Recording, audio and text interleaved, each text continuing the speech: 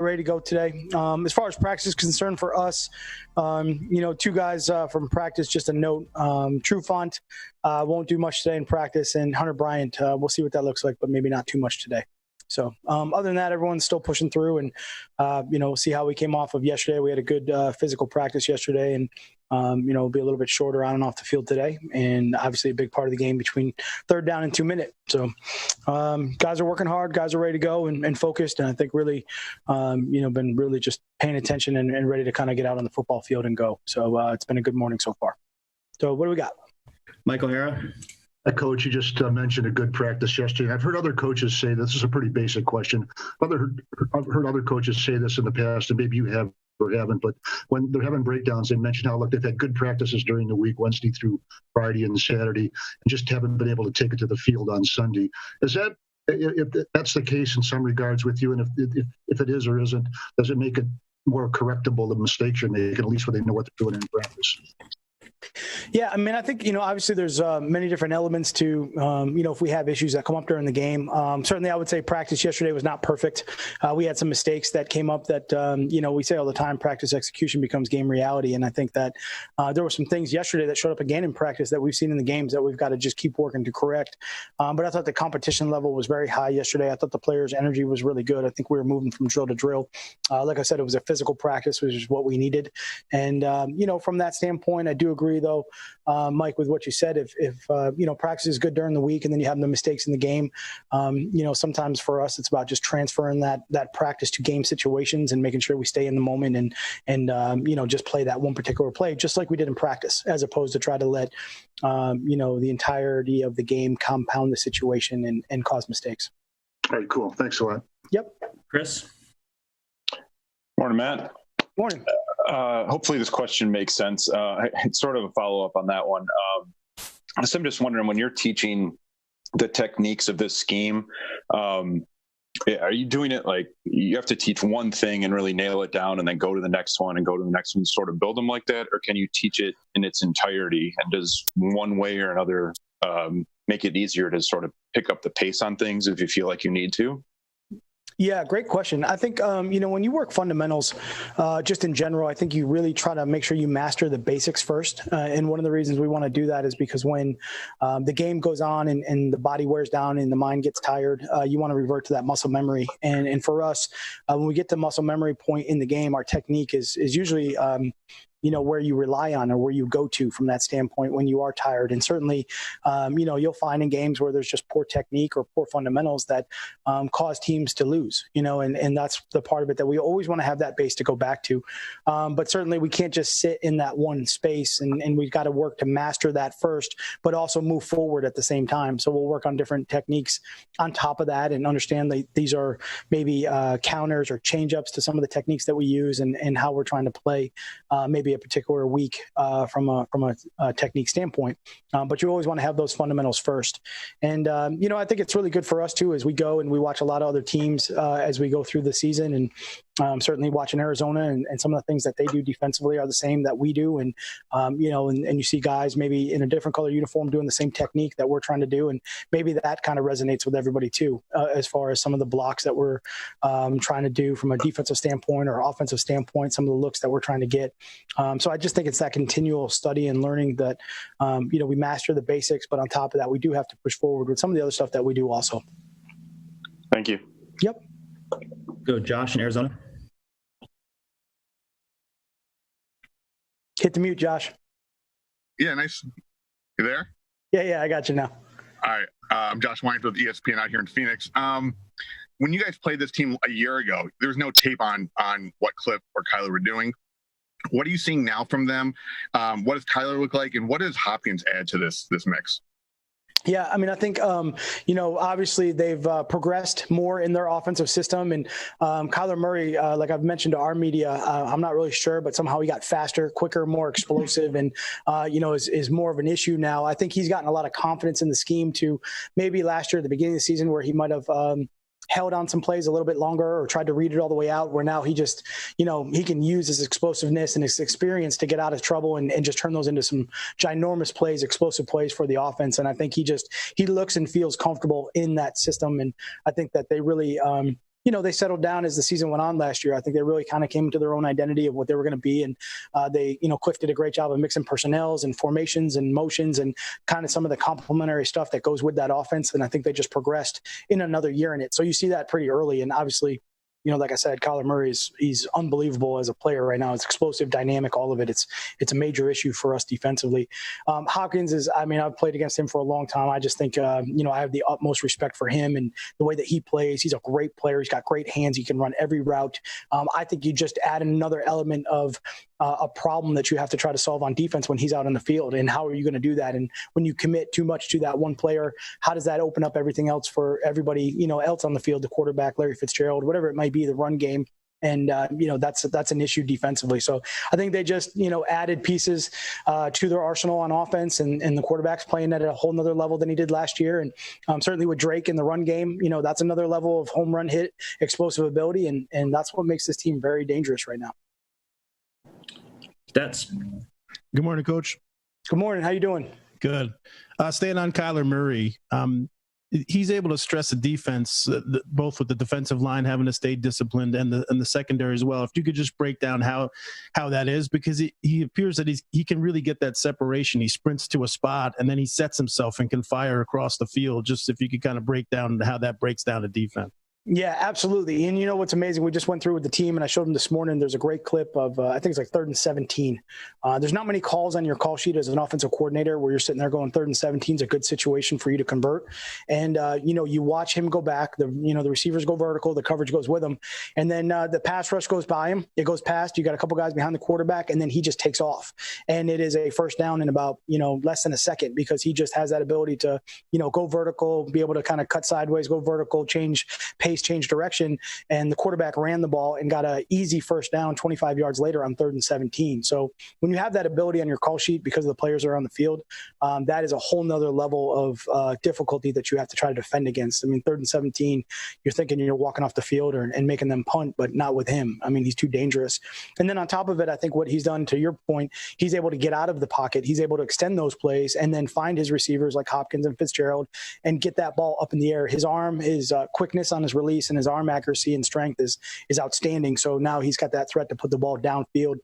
Very interesting to watch the receivers, especially like, speed guys like Kirk that, when he gets out, they go vertical and he's just going to launch it and get past all the coverage and have a big completion downfield, which turns into another explosive play. So those are really what becomes so difficult. And then just quickly, is there another quarterback you've seen either currently or in your time as a defensive coordinator you could compare him to?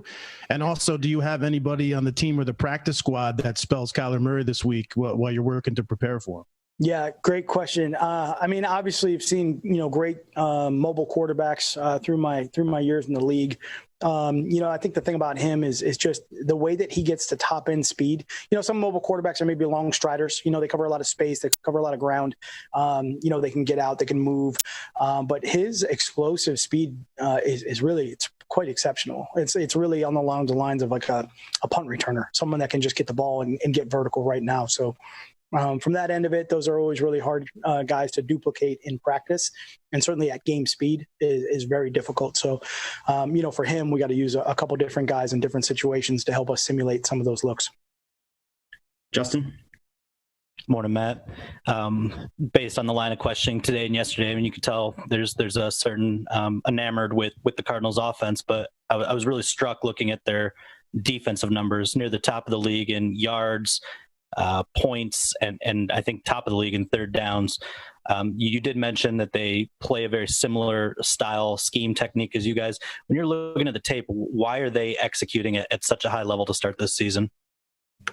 Obviously it's another year of Vance Joseph in the system and kind of teaching and coaching and being able to handle the defense for them. So I think that, continuity is really good for them. I would say that defensively, they've done an outstanding job in the games that they played to, play at a high level. They have some great players on their side of the ball, certainly, and those guys make plays. And, Chandler Jones and the problems that he brings is a major issue for offenses to defend against. And his ability to turn the ball over in the pocket is phenomenal. Obviously, he does that at the top of the league every year. Buda Baker is playing at a high level. I think one of the additions that I think really is an outstanding get for them is Jordan Phillips. He's a guy that I really like and think that he's big and he's long and he can get separation and come off the ball, and you got to deal with him when he's on the field. I think, that's an outstanding addition to their front too. That makes them difficult. Hicks is a really good player. He's going to fly around and make a lot of tackles, and he's another guy that turns the ball over. And I think they're doing a good job of that. This defense has turned the ball over really well. So, they're playing at a high level. It's really good. It's really good football. Thank you, Matt. Stoney? Matt, good morning. Can you talk about Jonah Jackson? He really looks like he's just made a transition from college to pro almost seamlessly. Yeah, I think, as a young player, as a rookie, I think Jonah is a little bit of a different, path through college, transferring from Rutgers and going to Ohio State. And, that's it's a different deal for most college kids, when you got to walk into a new environment and try to reestablish yourself or earn a starting job, and compete and do those sort of things you have to do when you walk into a new environment. And I think he's been through that before. So entering into, our organization, our building, I think he's taken that same approach, and I think he's really understood the transition to this role, and I think he's learned techniques, and obviously he's very aggressive and just a good football player. So I feel that he also had some good players around him, and Frank sits there right next to him, is able to help him and kind of, go, and certainly Big V when he was out there, and Crosby. When you're anchored in the offensive line as a young player with two veteran guys around you, or a couple of veteran guys around you, that does help, with some of the communication and understanding of what's going on. And then I just physically think he's done a good job of really, playing with some good technique, and he's starting to expand some of that, and you see that in the changeup of his play. But I would say really the biggest thing is, like I mentioned, I think his experience of changing schools and walking into a new building and having to go compete to earn a job, he's in a similar situation. I think he handled that really well.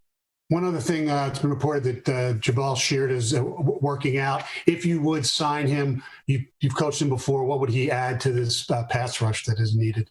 Yeah. Jabal, obviously I coached him and loved working with him. I thought he was outstanding, really, dynamic guy at the time, and just really enjoyed being around him. He's a great guy. He works really hard and, disruptive in the pass rush and all that stuff too. So not really going to comment on any workouts or anything like that. And, obviously just can speak on when I had him before. Thank you. Yeah. Got time for a couple more guys. Wojo? Hey there, Matt.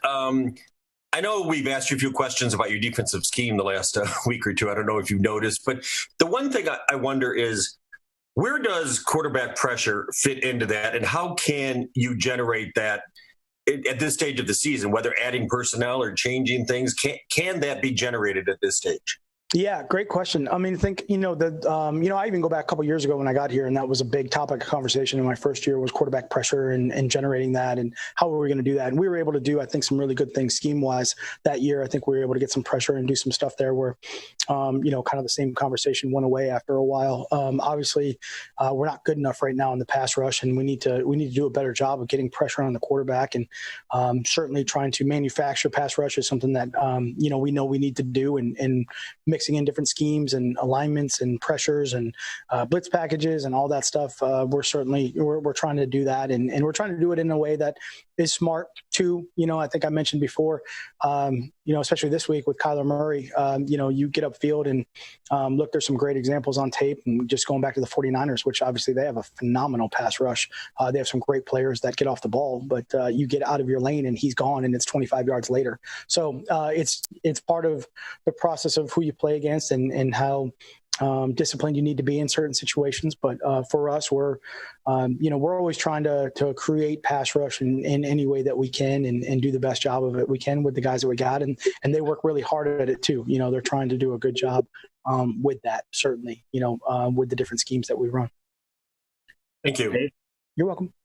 Morning, Matt. I got two really quick things here. First one, do you have a philosophy on injured players regaining their starting job when they return? I'm thinking of, Vitae, Crosby, but just in general, just what's your philosophy on that?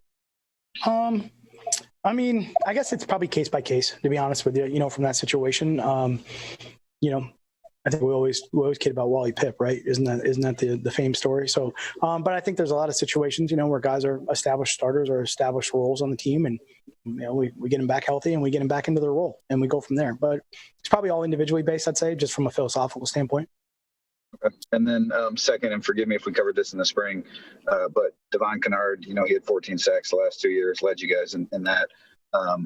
Why'd you guys get rid of him this offseason? Yeah. I mean, obviously, just with Kennard, I have a very special relationship with him, and I'm talk to him and really enjoyed coaching him, enjoy him as a person, love his family. So, really got nothing but great things to say about him, and especially, what he did when he got here, and, how much he helped his team and his role and how great he was in his role. There's changes every year on rosters, and that just, that's part of football. And certainly we're always trying to do everything we can to, try to move the team in the direction that we think it needs to go, whether it's by position or maybe the overall look of the team and what that looks like. So, but Devon Kennard is outstanding. He's a great player. He's a great person. And, it was great. I loved coaching him. But was it just about getting Jamie Collins, or was there something else that, led to him? Yeah, I mean, I think for me, I'm not really going to get into the ins and outs of some of the moves that we make. And, obviously we're always trying to do stuff to help our team get better, and that's just part of football. That happens every year. Thank you. Yep. Mike, last one. Yeah, I got two for you real quick. First, how did Galladay look yesterday? Obviously, it was first day back in a few weeks. Yeah, I mean, out there, really, we had a good plan for him, and I thought there was some good individual technique work that he did, and that was all positive. So we'll see what it looks like again today after some work yesterday. And this kind of goes back to the top when you were talking about it with O'Hara with practice. Do you ever feel like you don't have a good week of practice? And secondly, do you think, and please don't take this the wrong way, do you think a coach would ever admit that they had a bad week of practice? Because I don't know if I've ever actually heard a coach say that. Yeah. You know what? Great question. I would say there's a lot of sayings in coaching. I'll give you a couple. Sometimes you may walk off the practice field and you're completely angry and you thought the practice was horrible, and you walk and you look at the tape and you go, oh, it wasn't as bad as I thought. Right? That happens all the time. Or you might walk off the practice field and you're live and you're in the moment and you're like, oh, that was a really good practice. Then you get the tape and you're like, this was brutal. It wasn't very good. So that happens all the time.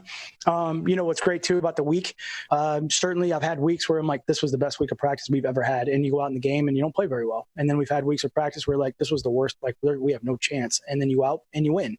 So it's the game. That's why you play the game. That's why you go out and do it. But certainly from our standpoint, our standard, you want to make sure that you're doing everything at the top level to go prepared to give yourself a chance to win. I think we all think that, being consistent in that approach is what really gives us the best chance every Sunday. So it does go all different directions. That's absolutely true. Thanks, Matt. I appreciate it. Sure. Thanks, Coach. Thanks, everybody. Okay. All right. Everybody be safe. Stay healthy. Good to see you, Josh. Thanks, Matt. You too. Thanks, Matt. As well. Thanks, Coach.